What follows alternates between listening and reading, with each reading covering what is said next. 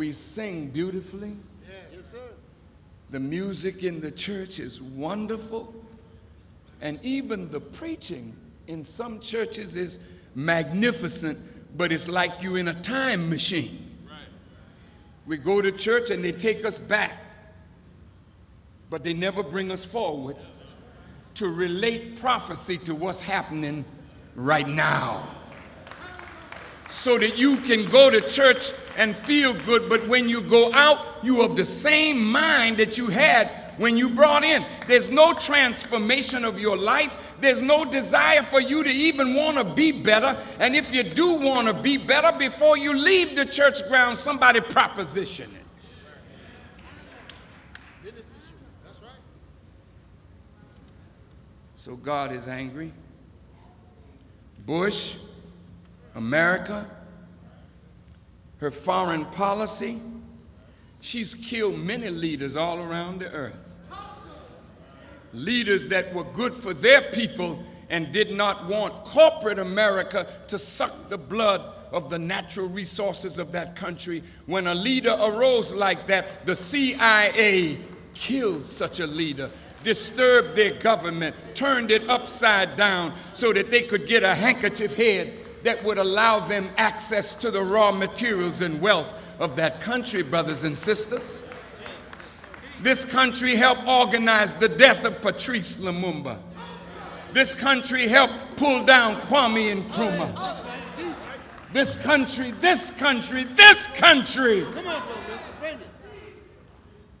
This is Judgment Day. America gotta pay. How, God, do you make America pay? How did he make Pharaoh pay? He brought 10 plagues against Pharaoh. He's bringing those plagues on America right now. So in the book of Revelations it says, come out of her, my people,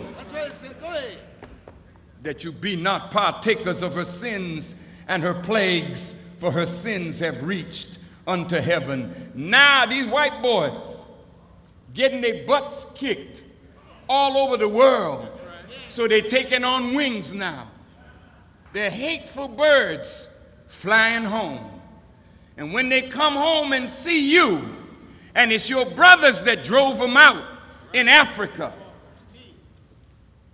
In Africa right now, Zimbabwe, Mugabe, he fought and won, but didn't take the land back from the Caucasians. And some of those who fought with him came to him and said, look, brother, we joined you in war. We fought, we won, but the land is still in the hands of those who came and stole it from us. You have to give the land back to us. Before he started giving the land back, he was the darling of white people. You are always their best friend as long as you're not a friend of your people. As long as you let them do what they want to do with us, you are all right, nigga. Come on, teach, brother. Teach. Make it plain. That's right. But when Robert Mugabe said, we got to take the land back from the white farmers who had, thousands and thousands of acres of land, and black people have none. Come on, man. Then all of a sudden America and England turned down on Mugabe. Thabo Mbeki in South Africa now is reasoning with taking land and giving it back. I was in South Africa. When I got off the plane, there was a man in chains. He didn't say a word. He just was in chains. When I got to the hotel, there he was, wrapped in chains. What was he telling me? I don't care what they say, Farrakhan. We're still in chains. Yes, I met with President Mandela, a beautiful man. And then I had dinner with Winnie Mandela. And Winnie Mandela said to me, my former husband has promised the people houses. He's promised them electricity. because white folk promised him. And then they didn't fulfill their promise, so he couldn't live up to his promise to the masses of South Africa.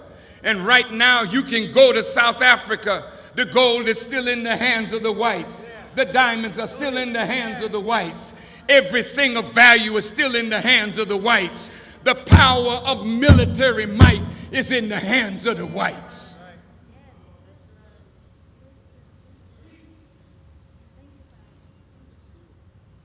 The white world has to pay. That's right. Come on, brothers. That's Millions of Native Americans dead. Here's a dude. The natives were cold. They killed off all the buffalo, so they couldn't take the hide of the buffalo to warm themselves. So General Amherst, that Amherst College, a university is named after in Massachusetts, sent them blankets. And in the blankets was smallpox. And some of our black brothers and sisters, they injected us with syphilis. That's right. Don't you ever doubt when that thing happened to New Orleans and the levee broke and water flooded on the side where the poor were and didn't touch some of the homes of the whites. I talked to the mayor the other day, Mayor Nagin, and he told me that under the levee there was a 25-foot hole. They blew up the levee and killed our people. And you don't know this man like your grandmama and grandpapa know him. You young people think that he has changed.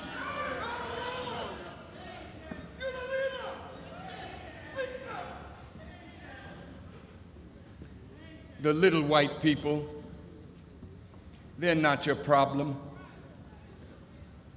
The Bible says we war not against flesh and blood, but against principalities and powers and the rulers of the darkness of this world and spiritual wickedness in high places. At the very top, they plot against our rise.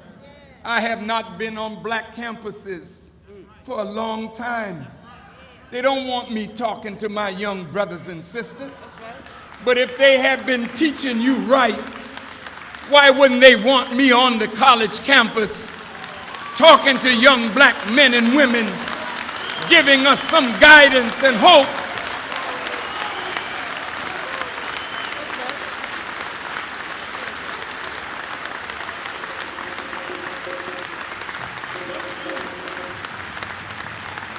Brothers and sisters, as I conclude my lecture to you tonight, our people are suffering in Louisiana, Alabama, and Mississippi. You know that Katrina was a Category 1 hurricane on the southern coast of Florida. It came out in the Gulf and stayed a while and built up from a Category 1 to a Category 2 to a Category 3. And then it stopped. No movement from the government. Then it built up to a 4 and then a 5. And you were watching the news. You heard them saying that New Orleans is like a bowl, 12 feet below sea level. And if a Category 3 or Category 4 hit that and compromised the levee, the whole of New Orleans would have been flooded out. Category 3, Category 4, Category 5. And then it came toward the land and dropped to a Category 4, moved just slightly east, northeast from New Orleans, but it was enough to compromise the levee. And there's talk about a barge that went into that levee, a barge. But Mayor Nagin said under that barge there was a 25-foot hole. Now that side of the town where poor people lived, flooded. Those people in their homes, they didn't have no money to leave. They were told to get out. They couldn't get out. They had no car. They had no money. They had no bus. So they had to stay in their houses. See them on top of roofs waving. Helicopters see them. Pass by, go get the whites and deliver them.